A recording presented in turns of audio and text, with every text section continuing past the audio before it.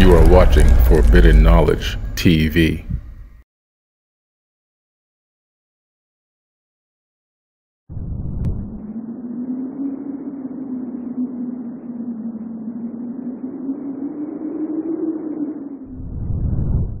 There has been face-to-face, eye-to-eye contact with extraterrestrials and the United States government. Oh, that looks beautiful, man. It has a stark beauty all its own. We are about to step into the greatest change, and it's all about disclosure. Once that happens, we get to wake up, and we get to move forward.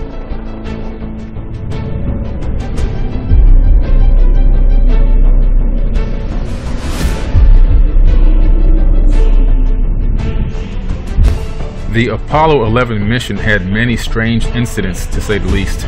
There's actually an interview with Buzz Aldrin where he's talking about seeing a UFO out of the window of the capsule on the way to the moon. There was something out there that was close enough to be observed, and what could it be?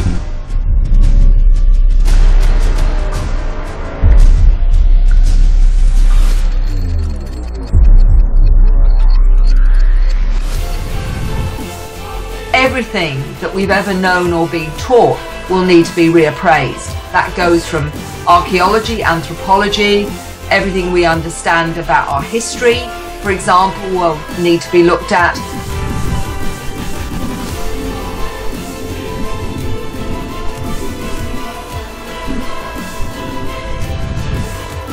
The governments around the world and many of the agencies in our culture, in a way, are controlled by the secret Greada and Tau 9 treaties signed by the Eisenhower and George H.W. Bush administrations.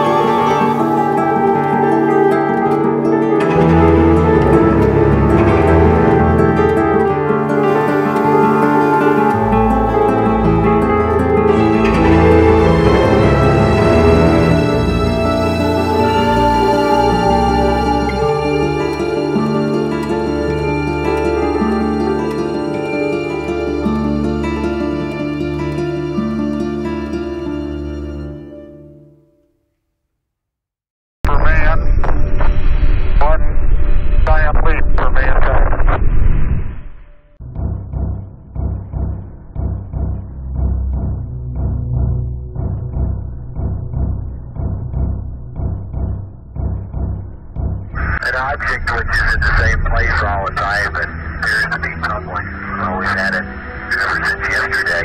It just seems to be tagging along with us.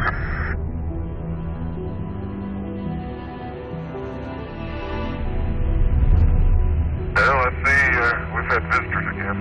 Yeah. hardly worth mentioning. There's a monolith there, a very unusual structure on this little potato-shaped object.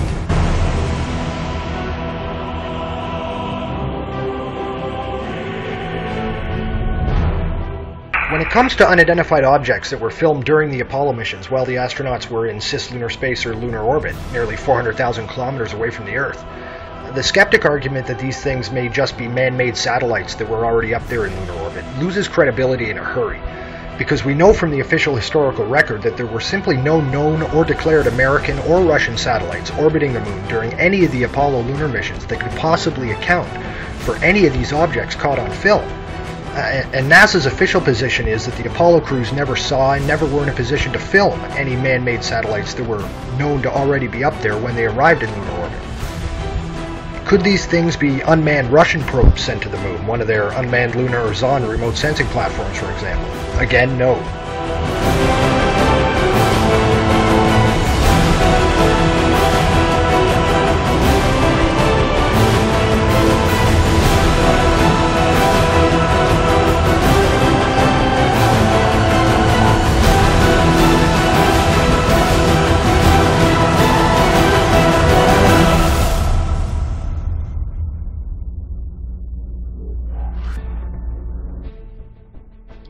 What if it happens? We get full disclosure on life in the universe. The governments around the world will tell us there is life on the moon and life on Mars. There is life in the universe on almost every existing planet. How would you react, and what kind of questions would you be asking? Or should I say, what kind of answers are you searching for regarding life in the universe? How do they rule other planets? Do they have political systems or political governments? Do they use money like we do? Do they have an economy? What is their energy source and how do they create it?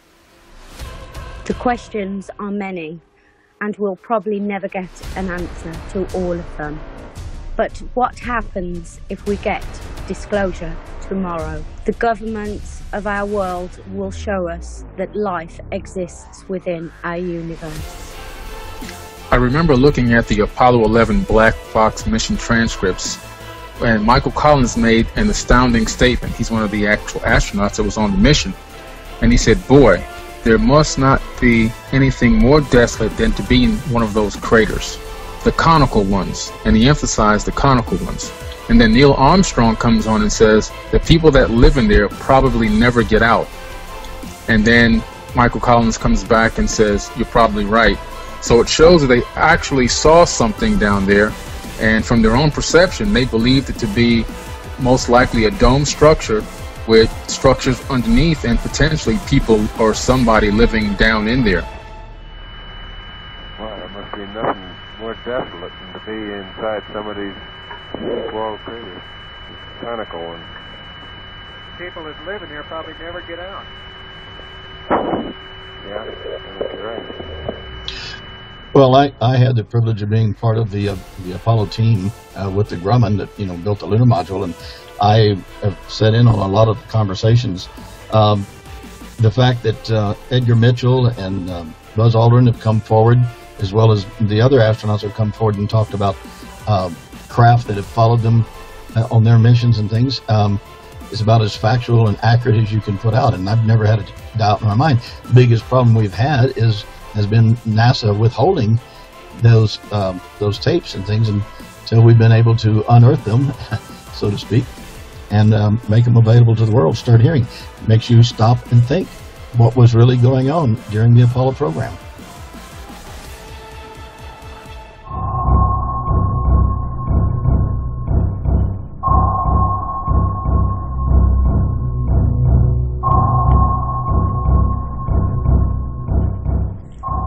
The Apollo 11 mission had many strange incidents, to say the least.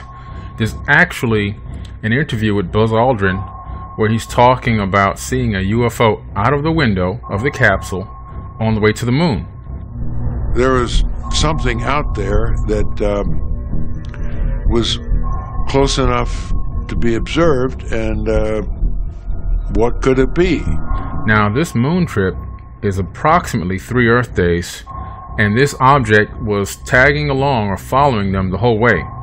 Now, partway through the trip, they decided, you know what, we should probably contact Mission Control and let them know that we see something out here, but we can't outrightly say we see a UFO because that may cause the mission to be aborted, as well as many other millions of people could potentially hear that recording or that transmission. So what they did was they asked Houston at Mission Control, where was the location of the S4B? Do you have any idea where the S4B is with respect to us? Now, the S4B is the final stage of the rocket, and it had jettisoned really about 2 days earlier. So they were really kind of sending a code, if you would, to NASA to say, hey, there's something outside of our ship, because NASA knew exactly where the S4B was, and so did the astronauts. But again, they did not want to have their mission aborted, and they did not want to alert the citizens of Earth by putting it out in a radio transmission. So a lot of incidents on the way to the moon and when they got to the moon by the Apollo 11 crew. Do you have any idea where the S4B is with respect to us? Now, obviously, the three of us were not going to blurt out, hey, Houston, we got something moving alongside of us, and we don't know what it is. You know, can you tell us what it is? We weren't about to do that, because we know that those transmissions would be heard by all sorts of people, and who knows what somebody would have demanded that we turn back because of aliens or whatever the reason is. You know, when Buzz and Neil and Mike noticed this light craft, in fact, when Buzz made the comment that it was close enough that they could see it close to their vehicle, they knew it wasn't just some strange lights out there. And the conversation they had with Mission Control, of course, was to save the mission in their perspective by not saying, hey, there's UFOs out there and the aliens are watching us. So I think it was a very, very well phrased comments that Buzz Aldrin made. And then the other astronauts that have flown to the moon, and almost every one of them said there's been a lighted craft or something's followed them all the way to the moon. So it's about time this information has been making it out to the public.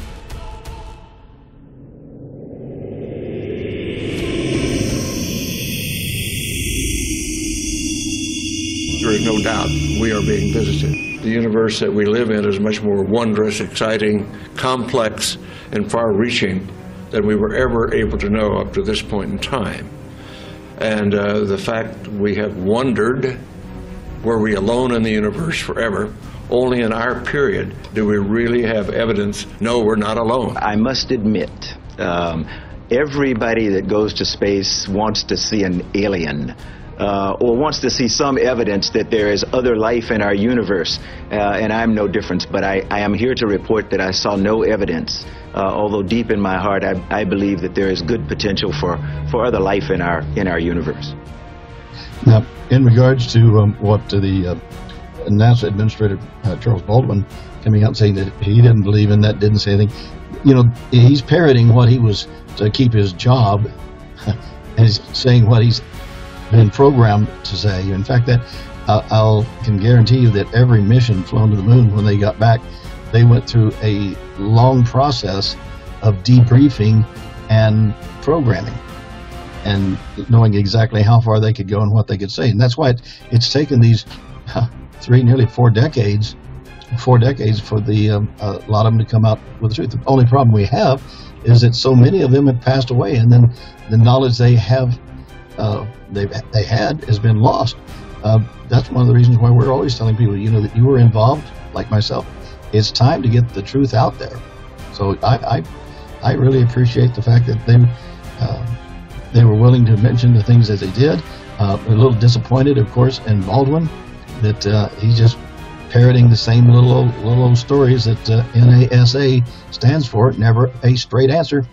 There you go.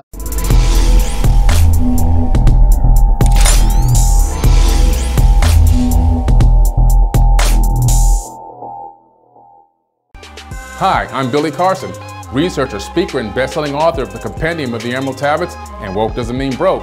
I'm inviting you to join me on ForbiddenKnowledge.tv to enjoy hours of great programming, learn the secrets of ancient Egypt, unexplained structures on the moon and Mars, financial literacy, holistic and healthy lifestyles. Go now to ForbiddenKnowledge.tv and get 3 days free. While there, you can enter to win a Rolls Royce. That's ForbiddenKnowledge.tv.